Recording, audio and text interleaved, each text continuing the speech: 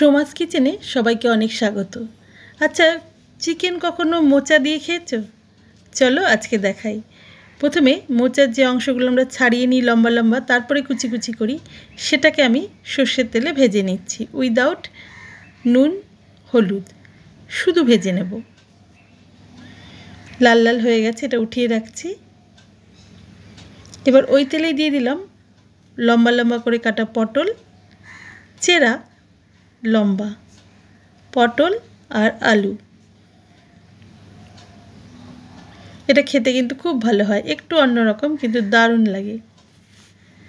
দিয়ে দিচ্ছি নুন হলুদ,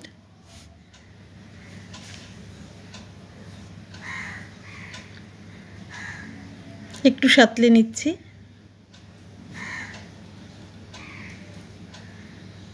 একঘেয়ে চিকেন খেতে যখন ভালো লাগবে না, তখন এটা করে দেখো, ভালো লাগবে। দিয়ে দিলাম পেঁয়াজ কুচি, মিশিয়ে নিলাম।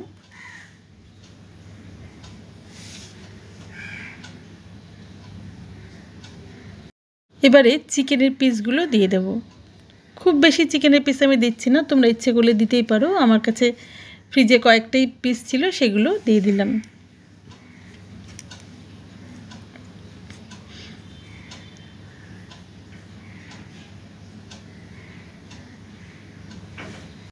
এটা কিন্তু রুটি বা লুচির সাথে ভালো লাগবে না, এটা জাস্ট ভাতের সাথে, গরম গরম ভাতের সাথেই ভালো লাগবে। যারা গরম গরম ভাত আর একটা তরকারি বানাবে ভেবেছো যেদিন, সেদিন এটা করে দেখো, ভালো লাগবে। তো আমি চিকেনের পিসগুলো দিয়ে দিলাম। চিকেনের পিসের সাথে তরকারিগুলো একটু সাঁতলে নিচ্ছি। এবার দিয়ে দিলাম পেঁয়াজ রসুন আদা বাটা। পেঁয়াজ রসুন আদা বাটা দেওয়া হয়ে গেছে। এবার দিয়ে দিলাম, সাঁতলে নিয়েছি, তারপরে দিয়ে দিলাম শুকনো লঙ্কার গুঁড়ো, ধনের গুঁড়ো, জিরের গুঁড়ো দিয়ে সব শুদ্ধ ভালো করে খুব কষিয়ে নেব। অল্প আছে ভালো করে কষিয়ে নেব। জল দিয়ে দিলাম, দেখো ফুটতে শুরু করেছে। এইবারে যে মোচা যেটা ভেজে রেখেছিলাম সেটা দিয়ে দিলাম।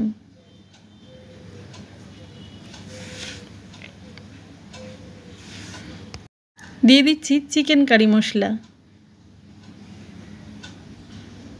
দেখো আলুটা সেদ্ধ হয়ে গেছে, পটল তো অনেক আগেই সেদ্ধ হয়ে গেছে।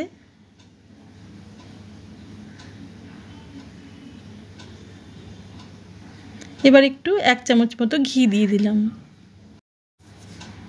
ঝোলটা অনেকটাই কমে এসছে,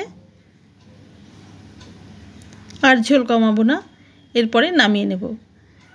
এই ঝোলটা শুধুমাত্র গরম গরম ধোয়া ওঠা ভাত আর এই চিকেনের ঝোল, অপূর্ব লাগবে। খেয়ে দেখো একদিন। আর ভালো লাগলে রেসিপিটা অবশ্যই একটা লাইক কমেন্ট শেয়ার সাবস্ক্রাইব করো, এটা তোমাদের কাছে আমার অনুরোধ রইল।